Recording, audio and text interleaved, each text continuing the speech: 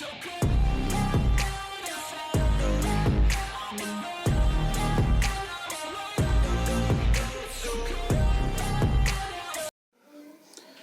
Evening student. आज हम लोग IUPAC टॉपिक कवर करेंगे।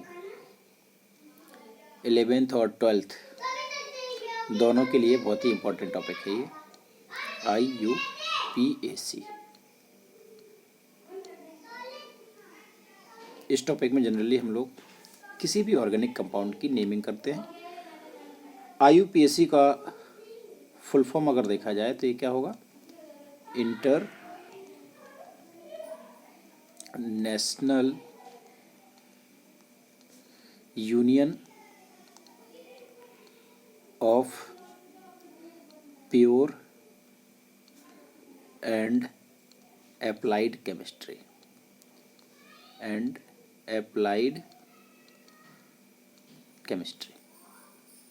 ठीक है।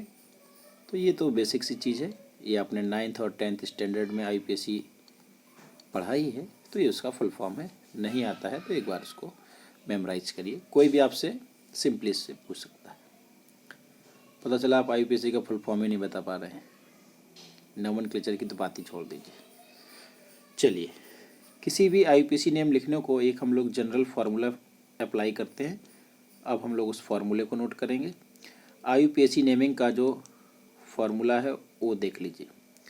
हम जितने भी IUPAC नेम लिखेंगे सभी में इस फार्मूले को बार बार रिपीट करेंगे, ठीक है। तो IUPAC में जो सबसे पहला टर्म जिसे हम नोट करते हैं वो होता है सेकेंडरी प्रीफिक्स। क्या होता है? Secondary prefix. और सेकेंडरी प्रीफिक्स के बाद हम जिसे यूज करने वाले हैं वो है प्राइमरी प्रीफिक्स। नेक्स्ट टर्म क्या होता है? Primary prefix. और प्राइमरी प्रीफिक्स के बाद हम जिसे यूज करते हैं वो है word root. And then after word root हम यूज करने वाले हैं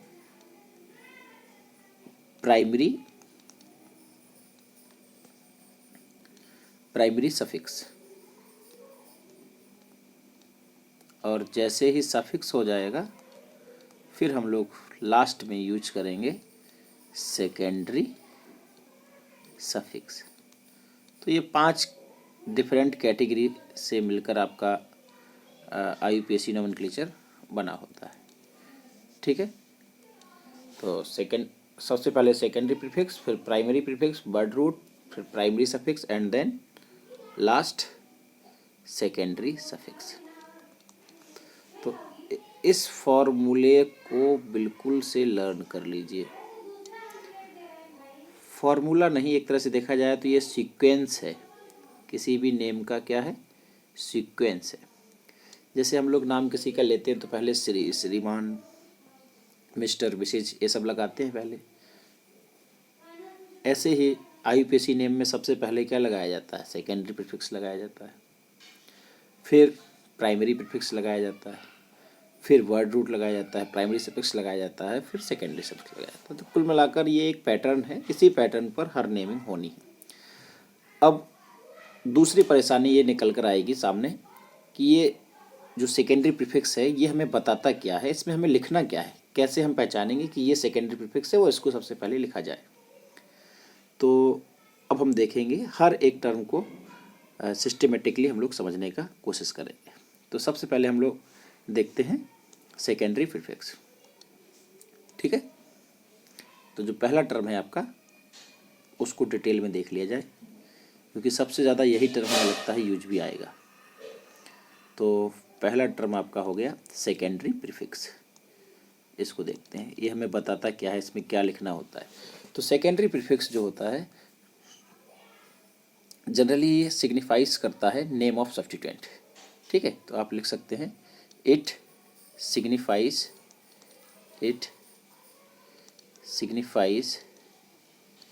the name of substituent,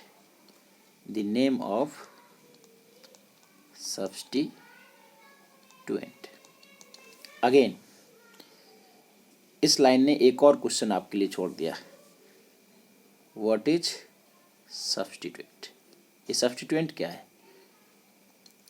हम सब्स्टिट्यूएंट का नेम तो लिख लेंगे, लेकिन ये सब्स्टिट्यूएंट होता क्या है? अब इसे समझने के लिए आपको थोड़ी सी बेसिक IUPAC जो आपने 9th-10th में पढ़ रखी है वो आनी चाहिए। जनरली मैं एक छोटा सा एग्जाम्पल लेकर इसको आपको बता देता हूँ। सपोज करिए आपके पास ये कोई स्ट्रक्चर है जिसको आपको ऑर्गेनिक कंपाउंड है ये कोई, और इसकी नेमिंग आपको करनी है। याद रखिएगा, इस तरह के स्ट्रक्चर में जहाँ से स्टार्टिंग होती है यहाँ पर कार्बन होता है, जहाँ टर्न होते हैं वो सारे कार्बन हैं। तो जो मैं डॉट बना रहा हूँ ये सारे क्या हैं? कार्बन एटम है। और IUPAC नेमिंग का सबसे सिंपल रूल या सबसे जो इनिशियल रूल है वो ये है कि आपको सबसे जो लॉन्गेस्ट चेन होती है वो सिलेक्ट करनी होती है।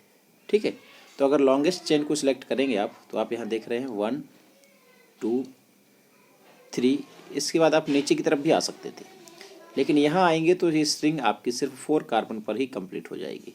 और अगर आप स्ट्रेट जाते हैं तो 4 के साथ साथ एक और एक्स्ट्रा कार्बन मिलेगा 5th। अब इस दौरान हमने जो लॉन्गेस्ट कार्बन चेन सिलेक्ट की है उसमें केवल और केवल ये जो एक अंडरलाइंड एरिया है जिसको मैंने लाइन से कवर किया है, इतना पार्ट आपका कवर हुआ। और इसी लॉन्गेस्ट कार्बन चेन को हम लोग क्या बोलते हैं? Principal carbon chain. क्या बोलेंगे? Principal carbon chain. और प्रिंसिपल कार्बन चेन को हम बार बार इतने बड़े नेम से नहीं लिखेंगे, हम इसे शॉर्ट फॉर्म में PCC बोलेंगे, प्रिंसिपल कार्बन चेन।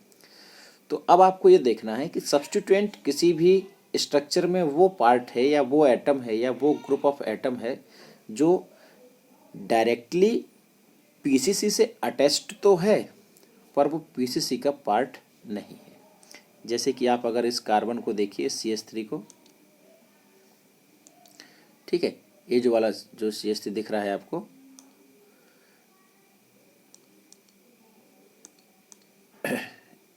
ये पार्ट, ये जो CH3 है, ये CH3 आपका ये प्रिंसिपल कार्बन चेन का पार्ट है ही नहीं। ठीक है, तो अगर प्रिंसिपल कार्बन चेन का पार्ट नहीं है लेकिन प्रिंसिपल कार्बन चेन से अटैच्ड है, तो इस तरह के एटम या ग्रुप ऑफ एटम को आप क्या बोलते हैं? सब्स्टिट्यूएंट। तो आप सिंपली बोल सकते हैं दोज एटम और group of atom which directly attach to principal carbon chain. Okay, या ऐसे कह दीजिए कि दोज एटम और group of atom which attach to hydrocarbon ring but cannot be part of principal carbon chain।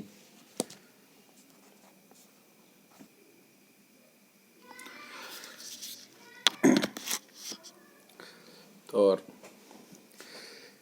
Secondary prefix के बाद जो next term आएगा वो प्राइमरी सफिक्स आएगा। लेकिन जनरली जो सब्स्टिट्यूएंट के फॉर्म में यूज होते हैं, जो कॉमन सब्स्टिट्यूएंट है, उनको नोट कर लिया जाए। जैसे कि fluorine, chlorine, bromine, iodine, CH3, C2H5, OCH3, OC2H5, NO2। ठीक है, फ्लोरीन को एज अ सब्स्टिट्यूएंट नोट करेंगे, फ्लोरो, क्लोरीन को नोट करेंगे, क्लोरो, ब्रोमीन को नोट करेंगे, ब्रोमो, आयोडीन को नोट करेंगे, आयोडो, CH3 को नोट करेंगे, मिथाइल, C2H5 को नोट करेंगे, इथाइल, C2OCH3 को नोट करेंगे। मैथिल प्लस ऑक्सी है तो इसका नाम हो जाएगा मिथॉक्सी। एथिल प्लस ऑक्सी, इसको प्रोनाउंस किया जाएगा इथॉक्सी। और NO2 को प्रोनाउंस करेंगे हम लोग नाइट्रो। ठीक है, एक चीज़ और याद रखना है, कई बार ऐसा होता है कि CH3 को CH3 ना लिखकर क्या लिख दिया जाता है, Me, और C2H5 को C2H5 ना लिखकर क्या लिख दिया जाता है, Et। सिम्बॉलिकली लिखा जा रहा है ये। और OCH3 को लिख दिया जाता है OMe, और OC2H5 को लिखा रहता है OET। तो ये कंफ्यूज करने के लिए कई बार ऐसा आप लिखा देखेंगे कि वहाँ CH3 ना लिखा होकर Me लिखा है। इसका मतलब वो मैथिल ग्रुप लगा हुआ है, और अगर कहीं ET लिखा हुआ है तो वो एथिल ग्रुप है, और ET या Me के पहले O लगा हुआ है तो वो OMe जो है वो OCH3 पढ़ा जाएगा। OET का मतलब होता है OC2H5। तो ऐसे केस में आप मिथाइल, इथाइल, मिथॉक्सी, इथॉक्सी इस तरह के वर्ड का यूज करके नेमिंग को स्टार्ट कर सकते हैं। तो ये था आपका सेकेंडरी प्रीफिक्स। सेकेंडरी प्रीफिक्स में हम लोग किसको नोट करते हैं, नेम ऑफ सब्स्टिट्यूएंट को। सब्स्टिट्यूएंट क्या होते हैं, सब्स्टिट्यूएंट ऐसे एटम या ग्रुप ऑफ एटम होते हैं जो प्रिंसिपल कार्बन चेन का पार्ट नहीं होते हैं, लेकिन उससे डायरेक्टली अटैच्ड होते हैं। ठीक है, तो हमें लगता है कि सेकेंडरी प्रीफिक्स क्लियर हो गया होगा। अब बात करते हैं प्राइमरी प्रीफिक्स की। ठीक है, प्राइमरी प्रीफिक्स जो है वो नेचर ऑफ हाइड्रोकार्बन रिंग को बताता है। प्राइमरी प्रीफिक्स इसमें आप नोट करेंगे, इट सिग्निफाइज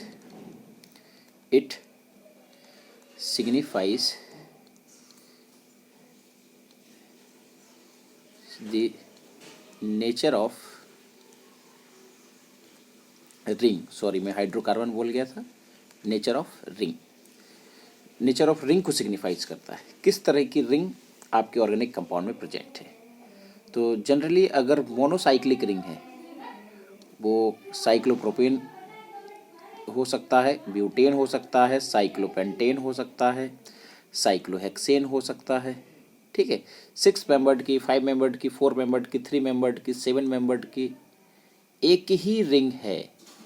तो इस तरह की रिंग के लिए जो प्राइमरी प्रीफिक्स वर्ड यूज होता है वो यूज होता है साइक्लो। और अगर सपोज करिए एक से ज़्यादा रिंग फ्यूज्ड हैं, और इस तरह से फ्यूज्ड हैं कि कम से कम उन दोनों रिंग के बीच में 2 ऐसे कार्बन हैं जो कॉमन हैं, at least 2 carbon must be common, ये आपको याद रखना है। तो इस तरह की रिंग दिखती हैं आपको कहीं भी, या ज़रूरी नहीं कि वो सेम कार्बन की रिंग ही फ्यूज्ड हो, नंबर ऑफ कार्बन भी रिंग के डिफरेंट हो सकते हैं। ठीक है, इस तरह से भी फ्यूज रिंग बाईसाइक्लो में ही कैटेगरी में आएगी ये आपकी, या इस तरह की जो रिंग है ये सारी रिंग आपकी बाईसाइक्लो कहलाएगी। तो अगर एक से ज़्यादा रिंग आपस में जुड़ी हुई हैं और उनके कम से कम ये जो कार्बन है जो मैं शो कर रहा हूँ डॉट से, तो एटलीस्ट 2 कार्बन दोनों रिंगों में कॉमन होने चाहिए, तो वो इस तरह की रिंग क्या कहलाएगी, बाईसाइक्लो। और एक और तरह से रिंग को जोड़ा जा सकता है।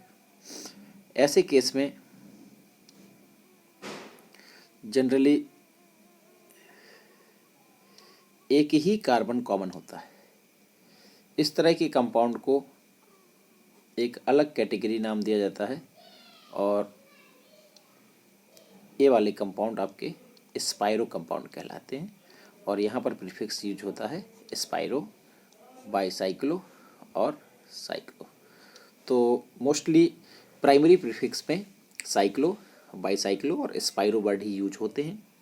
साइक्लो यूज होता है मोनोसाइक्लिक रिंग के लिए, बाईसाइक्लो यूज होता है एक फ्यूज्ड रिंग के लिए जहाँ पर 2 या 2 से ज़्यादा रिंग भी अटैच्ड हो सकती हैं, और स्पाइरो भी बाईसाइक्लो रिंग ही है, बाईसाइक्लिक रिंग है, लेकिन इस केस में जो कॉमन कार्बन है वो एक सिंगल कार्बन होता है, और एक ही कार्बन के सहारे दोनों रिंग क्या होती है, अटैच्ड होती है। तो इजीली आपको समझ में आ गया होगा कि कब साइक्लो और कब बाईसाइक्लो और कब स्पाइरो प्राइमरी प्रीफिक्स यूज होना है। सपोज करिए आपका स्ट्रक्चर साइक्लिक है ही नहीं, ओपन चेन स्ट्रक्चर है, तो ऐसे केस में आप सेकेंडरी प्रीफिक्स के जस्ट बाद प्राइमरी प्रीफिक्स ना लिखकर कहा क्या लिखेंगे, वर्ड रूट पर आ जाएंगे। तो जो चीज़ मिसिंग है उसको आप छोड़ देंगे और नेक्स्ट उसके जो नेक्स्ट सीक्वेंस है वो जो भी आएगा उसको आप कैरी करेंगे। ठीक है, तो ये आपका हो गया प्राइमरी प्रीफिक्स के बारे में। अब हम बात करते हैं वर्ड रूट के बारे में। तो वर्ड रूट क्या बताता है? ठीक है, तो वर्ड रूट आपको क्या बताएगा? वर्ड रूट किसी भी स्ट्रक्चर में जिसकी आप ऑर्गेनिक कंपाउंड की जिसकी भी आप नेमिंग करना चाह रहे हैं, उसमें जो आपने लॉन्गेस्ट चेन सेलेक्ट की है, उस लॉन्गेस्ट चेन में जो मैक्सिमम नंबर का कार्बन आता है, उस कार्बन की नंबर को रिप्रेजेंट करता है। जैसे सपोज करिए आपकी प्रिंसिपल कार्बन चेन 6 कार्बन की है, तो वर्ड रूट 6 कार्बन के लिए नोट करेंगे आप। अगर आपने लॉन्गेस्ट कार्बन चेन 8 कार्बन की सिलेक्ट की है, तो वहाँ पर वर्ड रूट आप 8 कार्बन के लिए लिखेंगे। तो अगर सपोज करिए आपकी कार्बन चेन केवल एक ही कार्बन की है, प्रिंसिपल कार्बन चेन, तो यहाँ पर जो वर्ड रूट आएगा वो आता है मैथ। और अगर कार्बन का नंबर 2 है तो एथ, कार्बन का नंबर 3 है तो आता है प्रोप, और कार्बन का नंबर 4 है तो वर्ड रूट आएगा ब्यूट, और अगर कार्बन का नंबर 5 है तो वर्ड रूट आएगा पेंट, और अगर कार्बन का नंबर 6 है तो वर्ड रूट आएगा हेक्स, कार्बन का नंबर 7 है तो वर्ड रूट आएगा हेप्ट, कार्बन का नंबर 8 है तो वर्ड रूट आएगा ऑक्ट, कार्बन का नंबर 9 है तो वर्ड रूट आएगा नॉन, और कार्बन का नंबर अगर 10 है तो वर्ड रूट आएगा डेक। अब आपको यहाँ पर एक चीज़ और याद रखनी है। कई बार क्या होता है, वर्ड रूट के नाम के पीछे ए भी जुड़ जाता है। मैं इस ए को ब्रैकेट में लिख रहा हूँ, आपको ये याद रखना है कि ये ए कब जुड़ सकता है और कब नहीं जुड़ेगा। ठीक है, तो मैं वो कंडीशन बता देता हूँ कि ये ए आपको कब लगाना है। ये आप तभी लगाएंगे जब आपकी रिंग में डबल बॉन्ड या ट्रिपल बॉन्ड एक से ज़्यादा बार रिपीट होते हैं। ठीक है, तो जब हम एल्कीन और एल्काइन पढ़ेंगे और अगर आपके स्ट्रक्चर में प्रिंसिपल कार्बन चेन के अंदर डबल बॉन्ड एक से ज़्यादा बार रिपीट हो रहे हैं या ट्रिपल बॉन्ड एक से ज़्यादा बार रिपीट हो रहे हैं और आपकी चेन 5 कार्बन की है, तो आप 5 के लिए पेंट ना लिखकर पेंटा लिखेंगे, हेक्स ना लिखकर हेक्सा लिखेंगे, हेप्ट ना लिखकर हेप्टा लिखेंगे, ऑक्ट ना लिखकर ऑक्टा लिखेंगे। और अगर एक ही डबल बॉन्ड है तो ऐसे केस में आपको ए नहीं लगाना है, आप सिर्फ पेंट, हेक्स, हेप्ट, ऑक्ट इस तरह से लिखेंगे। ठीक है, तो ये चीज़ याद रखिएगा। और ये जो ए वर्ड लगेगा वो मैथ, एथ और प्रोप में नहीं लगता है। जनरली 2 डबल बॉन्ड आने के लिए मिनिमम 4 कार्बन होने ही चाहिए, इसलिए वो ब्यूट से ही स्टार्ट होगा। ठीक है, और अगर सपोज करिए कि आपकी carbon chain longest carbon chain में 11 कार्बन है, तो ऐसे केस में आप जो वर्ड रूट यूज करेंगे वो क्या आएगा, अंडेक, और अगर 12 कार्बन है तो डोडेक, और अगर 13 कार्बन है तो ऐसे केस में आप जो वर्ड यूज करेंगे वो आएगा ट्राइडेक, और अगर 14 कार्बन है तो इस केस में आपका आएगा टेट्राडेक। ठीक है, और ऐसे ही ये सिलसिला आगे चलता रहेगा। 15 के लिए पेंटाडेक, 16 के लिए हेक्साडेक, 17 के लिए हेप्टाडेक, 18 के लिए ऑक्टाडेक, 19 के लिए नोनाडेक, और 20 के लिए जो आएगा वो डेकाडेक नहीं होगा। 20 के लिए एक स्पेशल वर्ड यूज होता है जिसका नाम है इकॉस। ठीक है, तो 20 के लिए आप क्या यूज करेंगे, इकॉस यूज करेंगे। अगर कार्बन चेन की लेंथ 20 कार्बन की हो जाती है तो आप जो वर्ड यूज करेंगे उसका नाम है इकॉस। ठीक है, और अगर आपको और आगे भी सीखना है, सपोज करिए 21 के लिए आपको पूछना चाह रहे हैं, तो आपको क्या लिखना होगा, हैन इकॉस। ठीक है, 22 के लिए लिखना है तो डो इकॉस, डो इकॉस। 23 के लिए लिखना है तो ट्राई इकॉस, ऐसे चलेगा। और फिर आएगा 30, तो 30 के लिए क्या लिखेंगे, हैन ट्राई अकाउंट। ठीक है, 31 के लिए क्या आएगा, हैन ट्राई अकाउंट। एक चीज़ गलती हो गया यहाँ पर,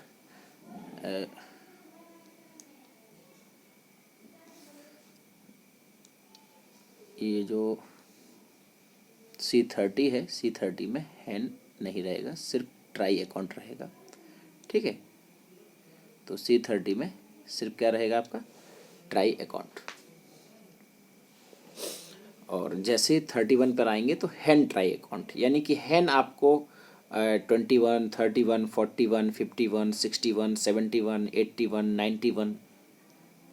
तो जैसे 30 के लिए आया ट्राई अकाउंट, तो अब आ जाएगा हैन ट्राई अकाउंट, फिर डो ट्राई अकाउंट, फिर ट्राई अकाउंट सॉरी। इसी तरह से आप आगे प्रोसीड करते रहेंगे और फिर नेक्स्ट आएगा 40, तो 40 में फिर आ जाएगा टेट्रा अकाउंट। ठीक है, और ऐसे ही चलता रहेगा पेंटाकांट, हेक्साकांट, हेप्टाकांट, ऑक्टाकांट, नोनाकांट, और लास्ट में आ जाएगा C100, और C100 का क्या हो जाएगा, हेक्ट। ठीक है, तो आपको इतना सब सोचने की ज़रूरत ही नहीं, आपको मैक्सिमम लर्न रखना है C12 तक। ठीक है, C12 तक अगर आपको याद है तो मोर देन सफिशिएंट है बोर्ड पॉइंट ऑफ व्यू से। ये सिर्फ नॉलेज आपके पॉइंट ऑफ व्यू से मैंने ये चीज़ें बताई हैं। 13 से लेकर 100 तक जितने भी सीक्वेंस हैं, आप इनको भी बड़ी आसानी से रूट वर्ड में लर्न कर सकते हैं। ठीक है, नेक्स्ट जो टर्म आता है वो आएगा आपका प्राइमरी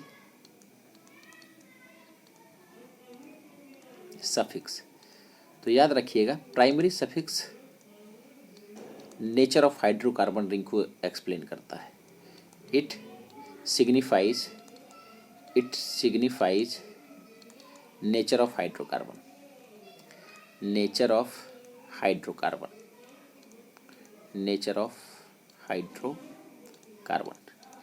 जनरली जो हाइड्रोकार्बन होते हैं, ये आपने 10th स्टैंडर्ड में पढ़ रखा है।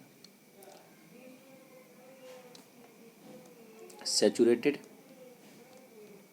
एंड अनसैचुरेटेड कैटेगरी डिवाइड होती है।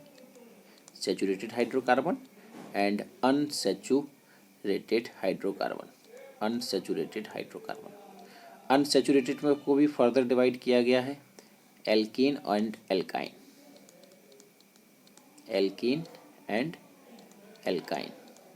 एल्काइन को कैसे डिटेक्ट करते हैं, एल्काइन में ट्रिपल बॉन्ड होगा, एल्कीन में डबल बॉन्ड होगा, और सैचुरेटेड हाइड्रोकार्बन वो होते हैं जहाँ केवल और केवल क्या आए, सिंगल बॉन्ड आए। तो आपको याद रखना है कि एल्केन अगर हैं, यानी कि रिंग में कहीं भी डबल बॉन्ड नहीं दिख रहा है, तो ऐसे केस में जो प्राइमरी सफिक्स होता है वो यूज होता है एन। और अगर एल्कीन है यानी कि डबल बॉन्ड है, तो ऐसे केस में जो प्राइमरी सफिक्स यूज होता है वो होता है इन। और अगर वो एल्काइन है, ये स्पेलिंग छूट गया था, एल्काइन है तो वो क्या होगा, आइन होगा।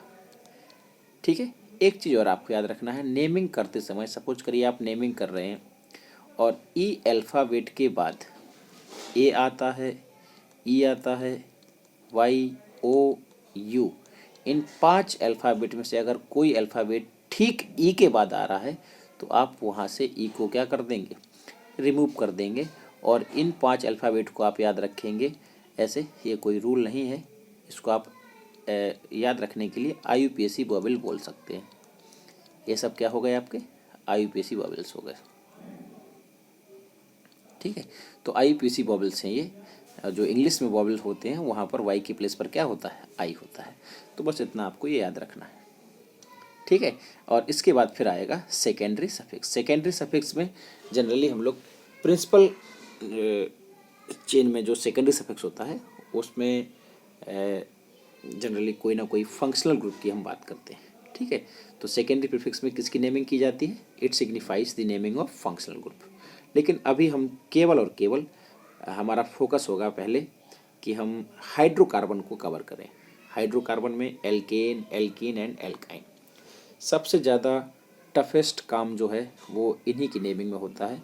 और लास्ट में जो सेकेंडरी सफिक्स है, यानी कि जो फंक्शनल ग्रुप की नेमिंग होती है, उसमें एक छोटा सा आपको काम करना होता है लर्निंग का। आपको हर फंक्शनल ग्रुप के प्रीफिक्स, सफिक्स, स्पेशल सफिक्स वो सब लर्न होने चाहिए और आप उसे एज इट इज़ यूज कर देते हैं। तो जो मैक्सिमम जो हार्डनेस का लेवल है या जो सबसे ज़्यादा कठिन तरह के IUPAC जनरेट किए जा सकते हैं तो वो हाइड्रोकार्बन में किए जा सकते हैं, या फिर मिक्स्ड प्रॉब्लम बनाएंगे जिसमें एक से ज़्यादा कई तरह के सब्स्टिट्यूएंट भी हैं, मल्टीपल बॉन्ड्स भी हैं और एक से ज़्यादा फंक्शनल ग्रुप भी प्रेजेंट हैं। तो ऐसे केस वाले जो क्वेश्चंस होते हैं वो थोड़े से ज़्यादा हार्ड हो जाते हैं। ठीक है, तो हम लोग स्टार्ट कर रहे हैं नेमिंग। और नेमिंग में सबसे पहले आपको कुछ बेसिक्स रूल्स पता रहने चाहिए। तो सबसे पहला जो रूल है आपके लिए वो है select the longest carbon chain. Select the longest carbon chain as the principal carbon chain. As the principal carbon chain. तो सबसे पहला काम होता है हमारा कि हमें एक लॉन्गेस्ट कार्बन चेन सिलेक्ट करनी है जो कि आपके कंपाउंड में होनी चाहिए। नेक्स्ट रूल आपको याद रखना है, if there are more than one carbon chain, if there are more than one carbon chain, then that chain is selected,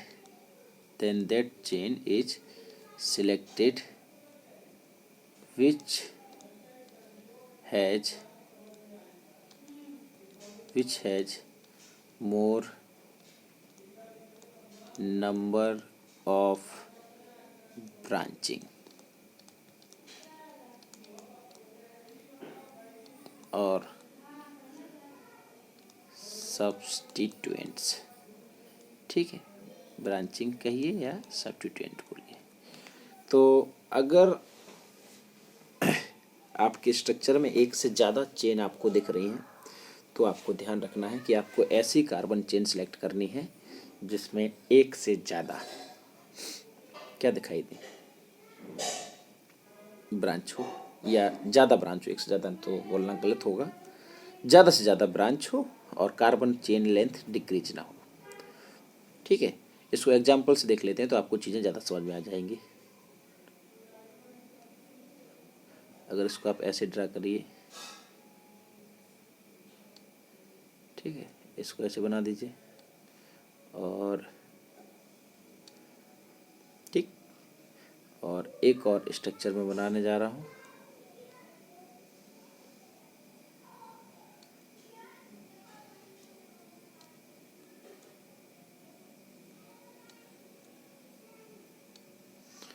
ठीक है, तो यहाँ आप दो तरह से लॉन्गेस्ट चेन आपको दिख रही होंगी। ये सेम ही स्ट्रक्चर है, स्ट्रक्चर में कोई डिफरेंस नहीं, लेकिन मैं यहाँ नंबरिंग के पैटर्न आपको दिखाने वाला हूँ, कौन सा सही नेमिंग का तरीका। ठीक है, आप यहाँ से काउंटिंग कर सकते हैं 1 2 3 4 5।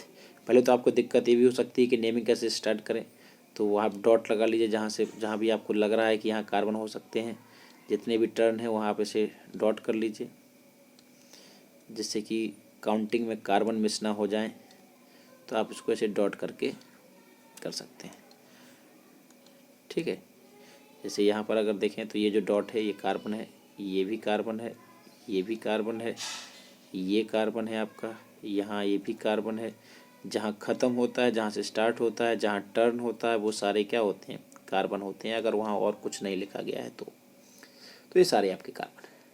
अब इसमें अगर हम बात करें तो इसमें आप ऐसे भी काउंटिंग कर सकते हैं 1 2 3 4 5।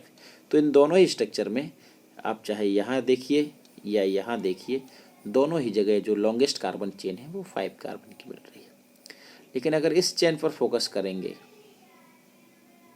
ये वाली चेन, तो इस चेन में जो आपकी प्रिंसिपल कार्बन चेन है उससे जो लगी ब्रांच है उसका नंबर सिर्फ एक ही है, एक ही ब्रांच निकली है जो थर्ड कार्बन से निकल रही है।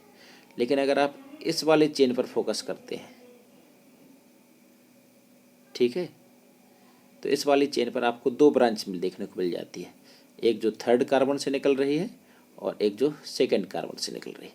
तो जो आपने ऊपर पॉइंट लिख रखा है उसमें आपने बस यही एक चीज़ लिखी है कि अगर किसी स्ट्रक्चर में एक से ज़्यादा रिंग पॉसिबल, एक से ज़्यादा कार्बन चेन पॉसिबल हैं, लॉन्गेस्ट कार्बन चेन, तो हम उसी कार्बन चेन को प्रिंसिपल कार्बन चेन मानकर चलेंगे जिसमें सब्स्टिट्यूएंट या ब्रांचिंग ज़्यादा होगी।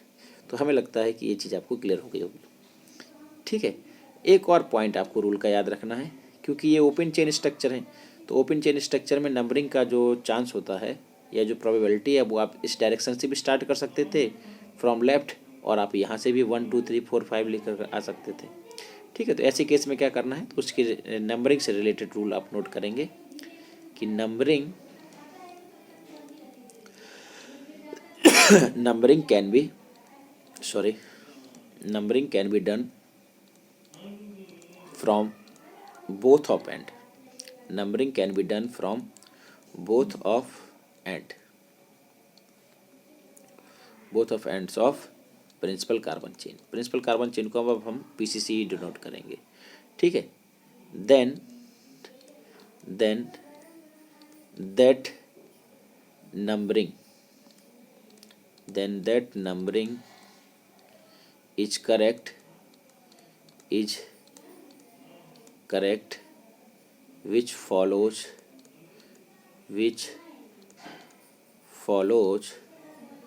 the lowest locant या lowest set of locant rule।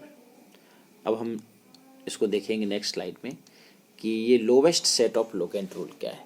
What is this lowest set of locant rule? तो सपोज करिए कोई आपके पास कार्बन चेन है और इस कार्बन चेन में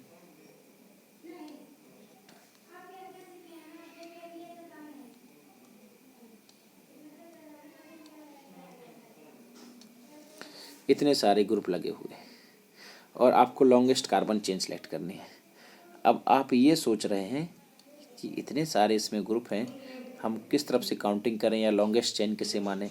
तो लॉन्गेस्ट चेन सेलेक्ट करने से पहले तो आपको कार्बन डिनोट कर लेने हैं। मैं यहाँ पर रेड डॉट का यूज कर रहा हूँ कार्बन को सिलेक्ट करने के लिए, ठीक है। ये सारे आपके जहाँ पर क्रॉस लग रहे हैं, जहाँ से कोई ब्रांच निकल रही है उसको आप क्या करेंगे, कार्बन मान लेंगे। तो ये सारे आपके पास कार्बन है जो मैंने रेड डॉट लगा दिया। अब आपको लॉन्गेस्ट कार्बन चेन देखना है। तो अगर मैं यहाँ से काउंटिंग करता हूँ लेफ्ट साइड से, तो मैं रेड पेन से इसको काउंट कर रहा हूँ 1 2 3 4 5 6, और अब मैं किसी भी साइड चला जाऊँ मुझे 7 ही मिल रहा है, ठीक है। दूसरा, मैं अगर इसको अपोजिट डायरेक्शन से भी काउंट करता यहाँ से 1 2 3 4 5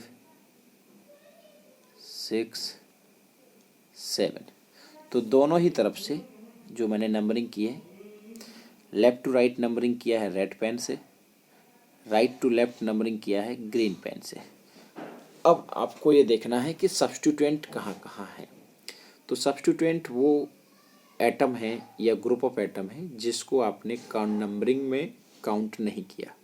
तो आप अगर देखिए जब लेफ़्ट टू राइट मूव किए थे, अगर हम लोग रेड नंबरिंग को पर फोकस करें तो सेकंड नंबर का जो रेड डिजिट आपको दिख रहा है 2, उस पर 2 आपको ग्रुप दिख रहे हैं जो कि सब्स्टिट्यूएंट निकले हुए हैं।